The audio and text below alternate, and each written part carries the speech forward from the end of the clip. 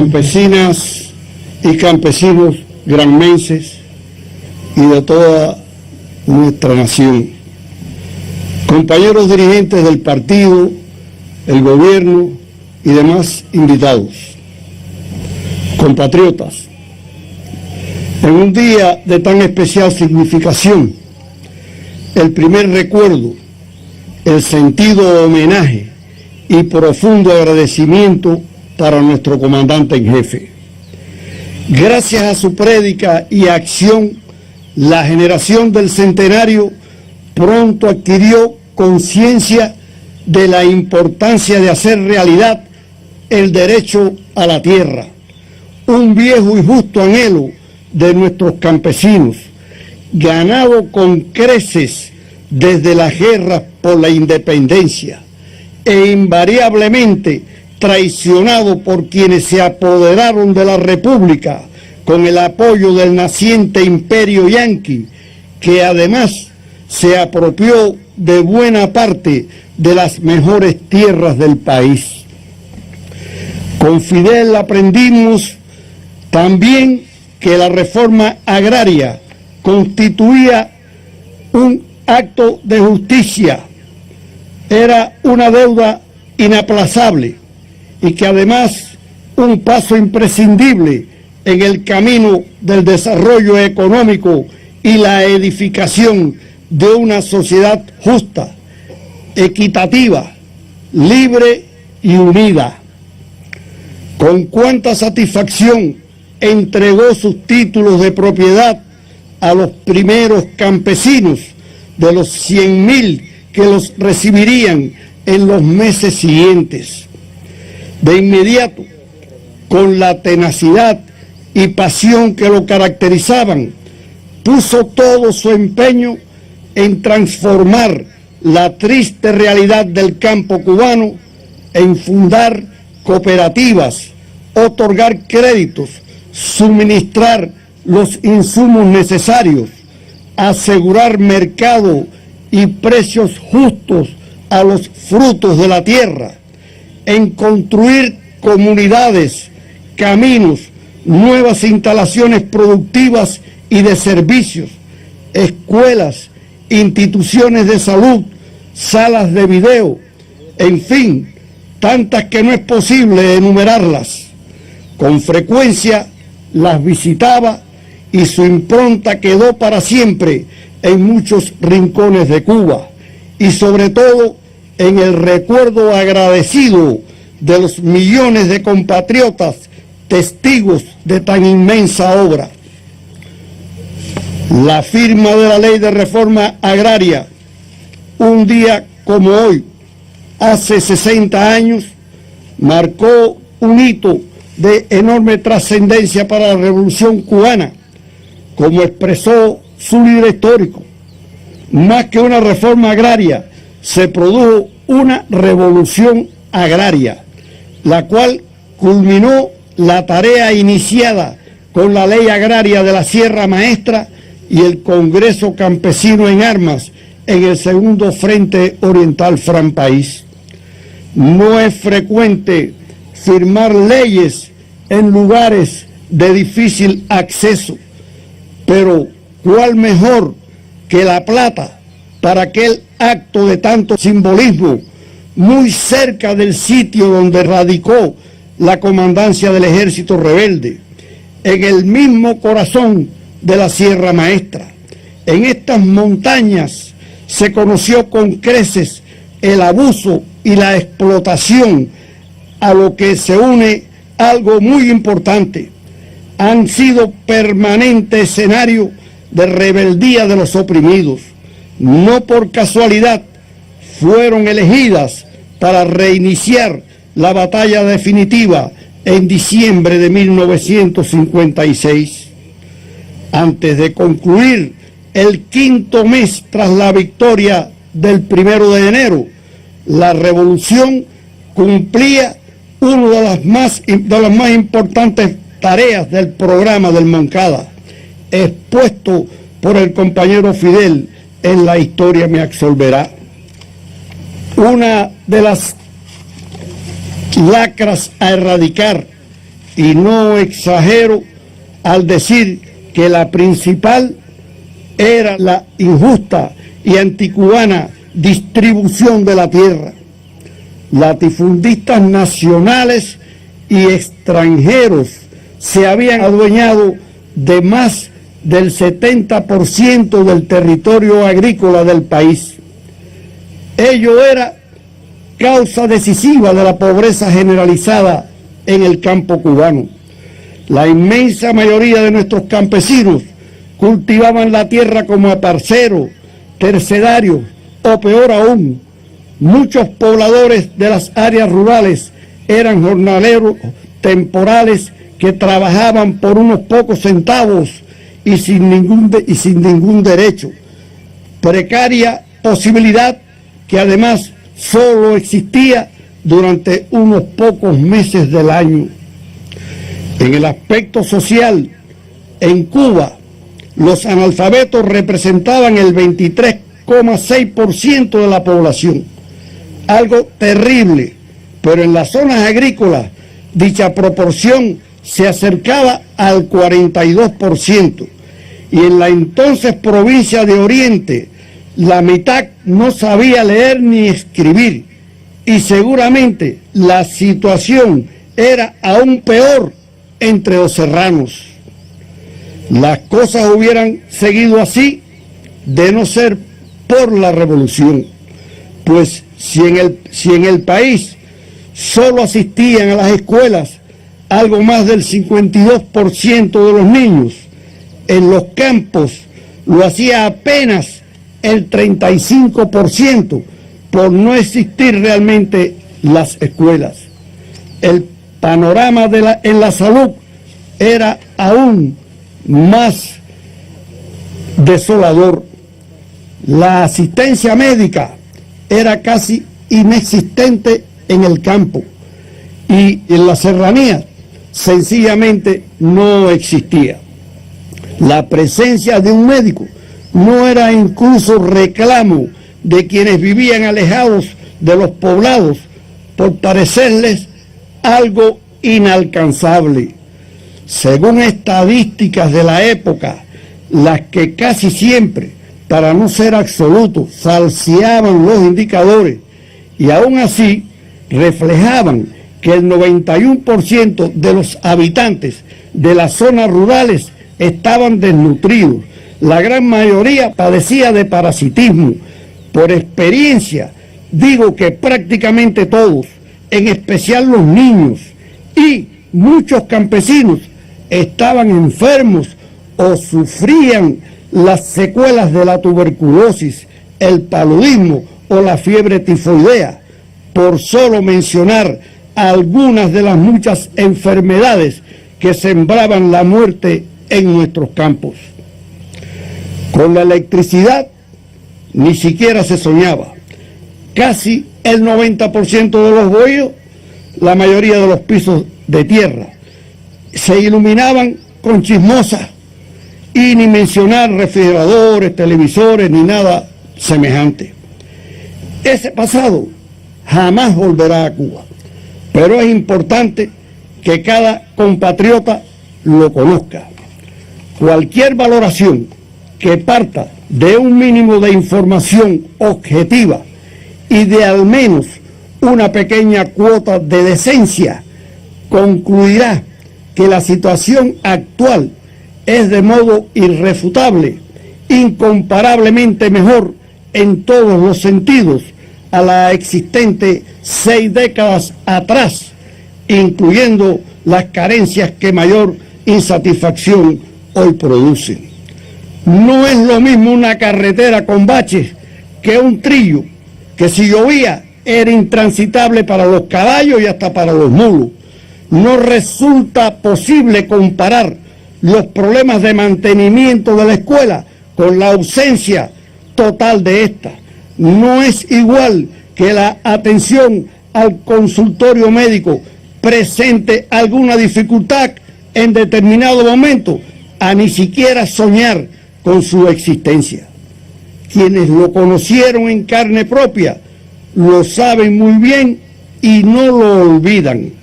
pero resulta vital que sus hijos y nietos, entre los que abundan los agrónomos, médicos, maestros, al igual que otros profesionales y técnicos, algo inimaginable antes de 1959, estén conscientes de que estos y otros muchos progresos que por cotidianos llegan a verse como normales, los trajo solo el socialismo a nuestros campos.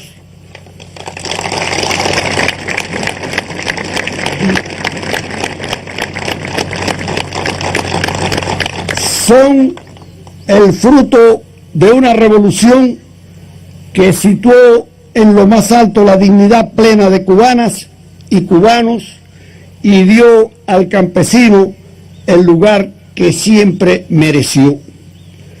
Esas conquistas que tanta sangre, sudor y sacrificios han costado no se sostienen por sí solas.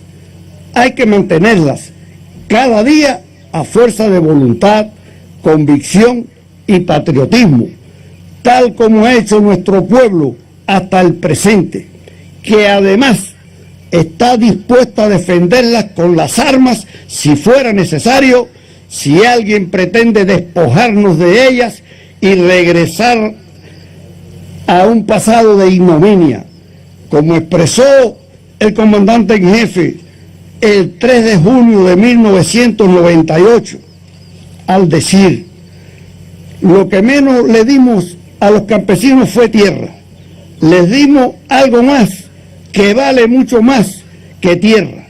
Más valdría decir, nos dimos algo que vale mucho más que tierra, algo que se llama patria, algo que se llama dignidad, algo que se llama honor, algo que se llama condición de ser humano, porque nunca fuimos tratados como seres humanos. Fin de la cita. Ello no significa ignorar las dificultades que enfrenta la población de nuestros campos, sobre todo en las montañas. El país está consciente de ellas y se esfuerza por eliminarlas en la medida que se disponga de los recursos necesarios. Lo hace cada día pese a los muchos y grandes obstáculos que impone el bloqueo y el resto de las medidas agresivas del imperio que, como nuestro pueblo conoce, se han incrementado de una manera considerable, y el actual gobierno de Estados Unidos amenaza con seguirlo haciendo. Los asesinos de Niceto Pérez estaban lejos de imaginar que exactamente 13 años después de su muerte llegaría el fin definitivo del latifundio, el desalojo y el abuso en los campos de Cuba, ideal por el que entregó la vida, al igual que Sabino Pupo y cientos de combatientes anónimos. Fue también una victoria de los obreros que invariablemente apoyaron las luchas campesinas, tal como ocurrió en el Realengo 18 en el año 1934. Fue un triunfo de las ideas de Jesús Menéndez, de Aracelio Iglesias, de Lázaro Peña y otros tantos dirigentes proletarios que jamás hicieron distinción entre el trabajador de la fábrica y el del surco. Por mucho que se empeñen los enemigos de la revolución en distorsionar la historia, la verdad irrebatible es que la ley de reforma agraria fue absolutamente justa. Eliminó la terrible lacra del latifundio, un mandato de la Constitución de 1940 que ningún gobierno de la República implementó, en acto de abierta sumisión a los intereses de los oligarcas nacionales y monopolios extranjeros, de los que aquellos politiqueros recibían no pocas y jugosas prebendas. Al pueblo no lo sorprendió que la reforma agraria desatara la furia del imperio. Como señaló el general de ejército Raúl Castro Ruz en ocasión del aniversario 55 del desembarco del Granma, al decir: nosotros también éramos conscientes del carácter decisivo de aquella medida y de los riesgos que implicaba, pero estábamos convencidos de que debíamos afrontarlos si realmente íbamos a cumplir el compromiso contraído con el pueblo. Establecer la justicia hacía inevitable el choque frontal con el gobierno de Estados Unidos. Solo 13 compañías azucareras de ese país poseían 1.200.000 hectáreas. Entre todas, eran dueñas del 55% de nuestras tierras agrícolas, adquiridas a precios irrisorios, aprovechando de manera oportunista la ocupación militar yanqui. La forma de compensación establecida por Cuba fue mucho más generosa que la prevista en la reforma agraria impuesta por Estados Unidos a Japón al finalizar la Segunda Guerra Mundial. Pero el imperio arrogante exigió en nuestro caso que la compensación fuera rápida y efectiva, a sabiendas de que ello era imposible para un país cuyas reservas financieras habían sido robadas y llevadas precisamente a bancos norteamericanos unos meses antes. Continuaron las agresiones que solo con cambios de matiz o intensidad se han mantenido hasta hoy. Nos han causado enorme daño, incluida la muerte de numerosos compatriotas, pero no han logrado debilitarnos. Al contrario, en su enfrentamiento se ha fortalecido la unidad de nuestro pueblo. Esa unión alcanzó particular magnitud en los combates por la definitiva independencia. No puede siquiera imaginarse la hazaña del ejército rebelde sin el decisivo aporte de la población serrana.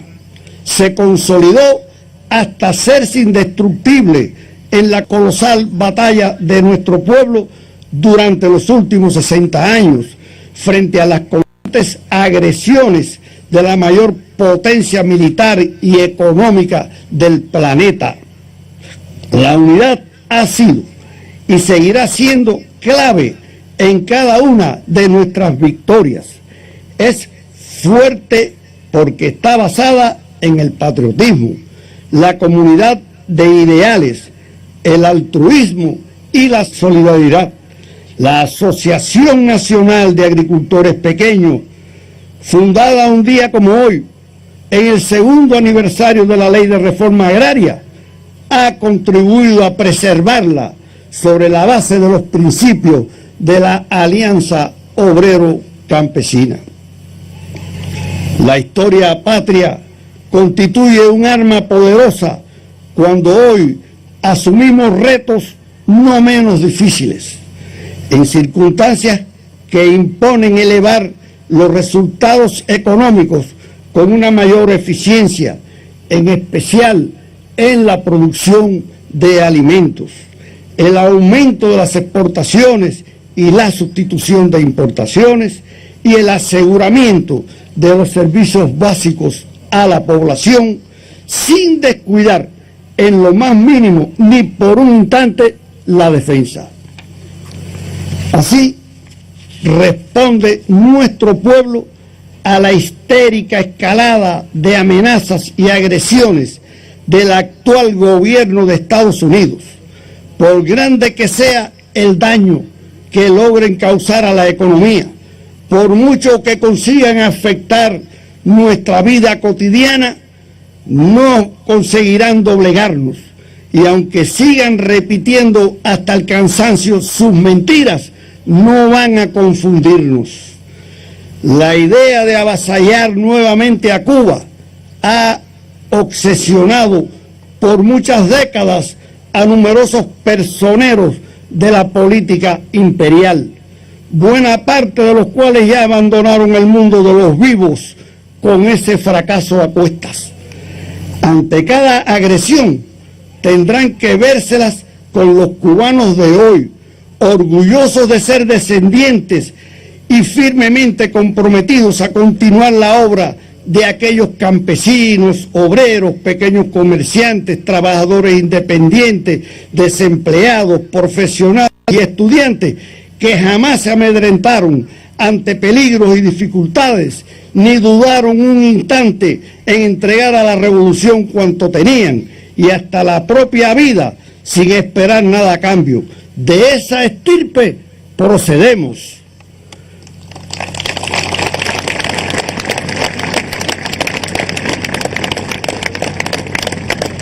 Por estos días comienzan a surgir las demandas basadas en el capítulo 3 de la ley Helms-Burton, entre ellas de descendientes de latifundistas, algunos de los cuales no ha puesto nunca un pie en Cuba. Sueñan que un tribunal yanqui los autorice a esquilmar a nuestros campesinos, tal como lo hicieron con sus abuelos. Sea cual sea la decisión de cualquier juez estadounidense, en el supuesto de que a alguien trasnochado se le ocurriera aparecerse por el antiguo latifundio de su pariente, a reclamar a quienes allí trabajan la tierra, el tractor o la escuela o el consultorio médico, todo cuanto se ha creado con tanto esfuerzo y sacrificio, va a conocer en su pellejo que es una carga al machete mambís.